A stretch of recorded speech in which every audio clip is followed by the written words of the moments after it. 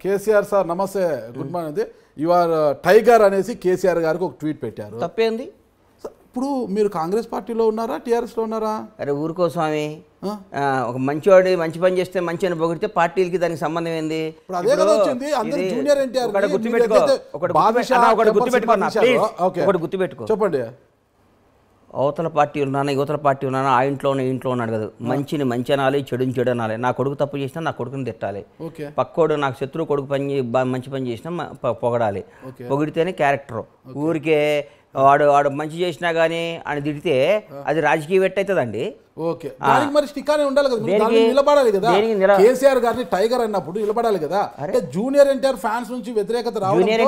Junior NTR గారు మళ్ళీ tweet చేశారండి. జూనియర్ ఎన్టీఆర్ టైగర్ అంటూ మళ్ళీ ట్వీట్ చేశారు కదా. గుర్తుపెట్టుకో అన్న, ఒకటి నువ్వు గుర్తుపెట్టుకో. నా ఎన్టీఆర్ గారి ట్వీట్కి, కేసీఆర్ గారి ట్వీట్కి, విజయసాయి రెడ్డి గారి ట్వీట్కి నువ్వు ఇట్టిట్ అనేదానికి దేనికి ఏ విధమైన సంబంధం లేదు. నంబర్ 1, కేసీఆర్ గారు నేను ఆ రోజు ఎందుకు చేశానంటే, నేను ఆ రోజు నారాయణపేట ఏదో పని నుండి వెళ్తే నారాయణపేట పక్కన మా పొలం ఏదో రిజిస్ట్రేషన్ ఉంటే పోయేస్తుంటే అక్కడ రైతులతో మాట్లాడితే వాళ్ళ ఆనందం, ఆ సస్యశ్యామలో, ఆ వాటరు ఏంది, ఆ నీళ్ళ పంచాయతీ ఏంది, నీళ్ళు ఎట్లున్నాడు, మనకి బేఫికర్ సార్, ఒక 2-3 ఏళ్ళు వర్షాలు లేకున్నా ఏం కాదు సార్ అని మాట్లాడుతుంటే, ఈ కేసీఆర్ గారు వచ్చిన తర్వాత ఆ డెవలప్మెంట్ చూసి బై గాడ్ ఇంకో ఇంటెన్షన్ కూడా లేదు నాకు.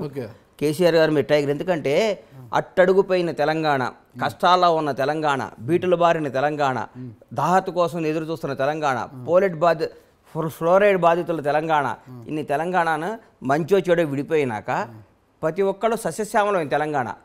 సస్యశ్యామలం. నేను only I'm talking about lands, agriculture, water.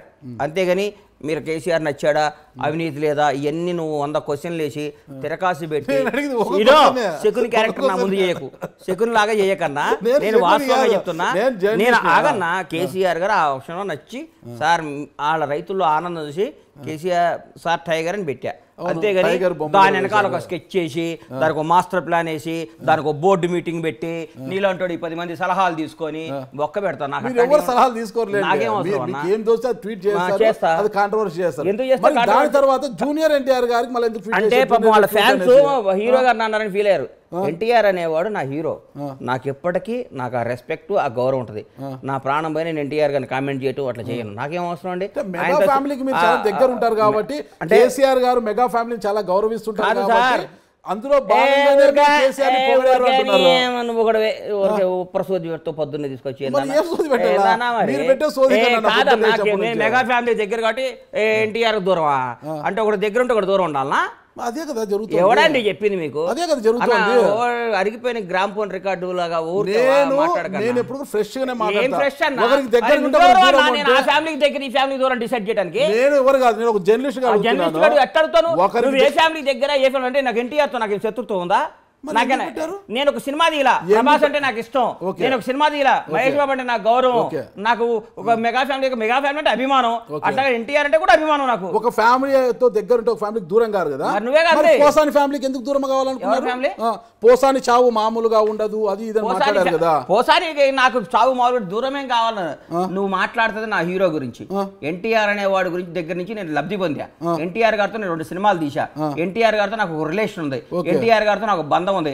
NTR గారితో 2 బ్లాక్ బాస్టర్ సినిమాలు తీసా. ఒక సినిమా సూపర్ హిట్, ఒక సినిమా బ్లాక్ బాస్టర్ హిట్. అది సినిమాలో పెట్టుకోండి స్వామి.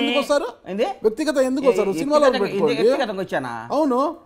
పోసాని చావు మామూలుగా ఉండదంటే చెప్పడానికి మీరెవరు?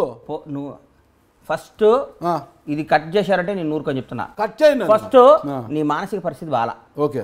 ఎందుకంటే కేసీఆర్ అంటావు, విజయసాయి రెడ్డి అంటావు, ఎన్టీఆర్ అంటావు, మెగా ఫ్యామిలీ అంటావు, దీనికి ఏ సంబంధం లేకుండా పోసారంటావు. ఒక క్లారిటీతో క్వశ్చన్ రాసుకొని రేపు రా ఇంటర్వ్యూ. నువ్వు సంబంధం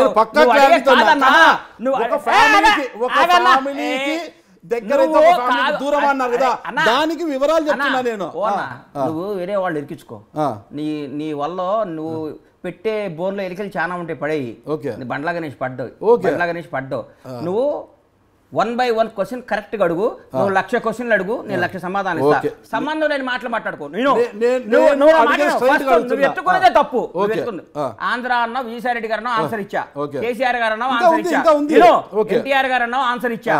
చిరంజీవి గారు అన్నావు మెగా ఫ్యామిలీ అంటే ఆన్సర్ ఇస్తా, మళ్ళీ ఇంకో పోసాని అడుగు ఆన్సర్ ఇస్తా, అంతేగాని దాన్ని దీన్ని కింద పైన పెట్టి నన్ను ఇబ్బంది పెట్టాలి. లింకులు పెట్టడం నువ్వు ముందు నిద్రపోకుండా రాసుకొని వస్తావు, ఈ నెట్ట లింక్ పెట్టాలని. నేను లింకు కానీ గింకు కానీ పెట్టను. నువ్వు 9 దాకా నీ ప్రోగ్రామ్ ఎట్టకు కొట్టాలని చూసా, మళ్ళీ నన్ను తిడతావు, నన్ను మనకున్న రిలేషన్తో మళ్ళీ నేను వచ్చి నేను ఒప్పుకున్నా. నేను ఎందుకు అన్నానంటే ఒక ఫ్యామిలీకి దగ్గర ఉంటే ఒక ఫ్యామిలీకి దూరం అయినట్టు అన్నారు కదా, దానికి సీక్వెన్స్ ఇది అన్నాను. ఎన్టీఆర్ ఫ్యామిలీ ఏంది, మెగా ఫ్యామిలీ ఏంది, నువ్వు మాట్లాడే మాటలు ఏ ఇష్యూలో అన్నాను, ఏ ఇష్యూలో అన్నాను అడగవే. మీరు చెప్పండి ఆ ఇష్యూ ఏంటో మీరు చెప్పండి. నేను అన్నాను కదా పోసాని కానీ ఎందుకు ఆ మాట అన్నారు మరి? ఆ ఫ్యామిలీ కూడా ఒక ఫ్యామిలీనే కదా, ఆ ఫ్యామిలీకి ఎందుకు దూరమైన? చెప్పండి. ఒక తల్లిని ఆ రోజు ఒక తల్లిని కామెంట్ చేశాడు కాబట్టి, ఒక అమ్మని మనకేం మనకి జన్మనిచ్చి మనకి తన పాలు ఇచ్చి తన బిడ్డలను మోసి 9 మాసాలు కానీ బతకండ్రా నాయనని పంపిస్తే మన అమ్మమ్మని ఏం చేసిందండి? అమ్మని తిట్టడం అవన్నీ తిడితే ఆ రోజు హట్ అయ్యి అన్నా కానీ నాకు, అంతేగాని నువ్వు బండ్లాగా నిమిషం కోపమంటే నన్ను తిట్టు, నన్ను కొట్టు, నన్ను, కానీ మా అమ్మ నాయన ఏం చేశారు సార్?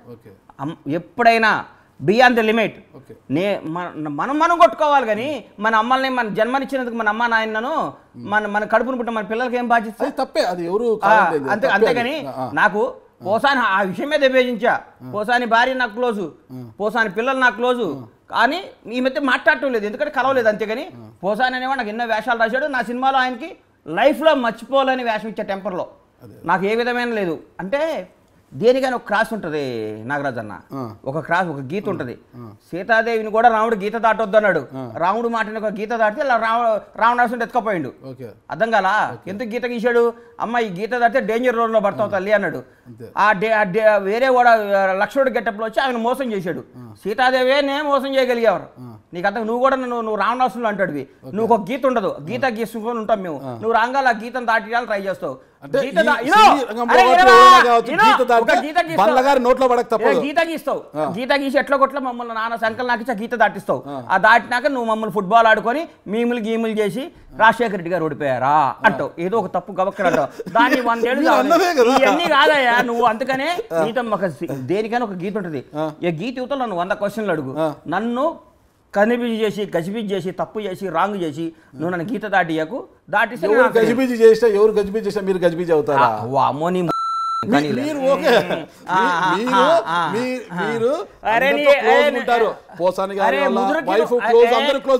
పూరి గారు ఫ్యామిలీ కూడా చాలా క్లోజ్.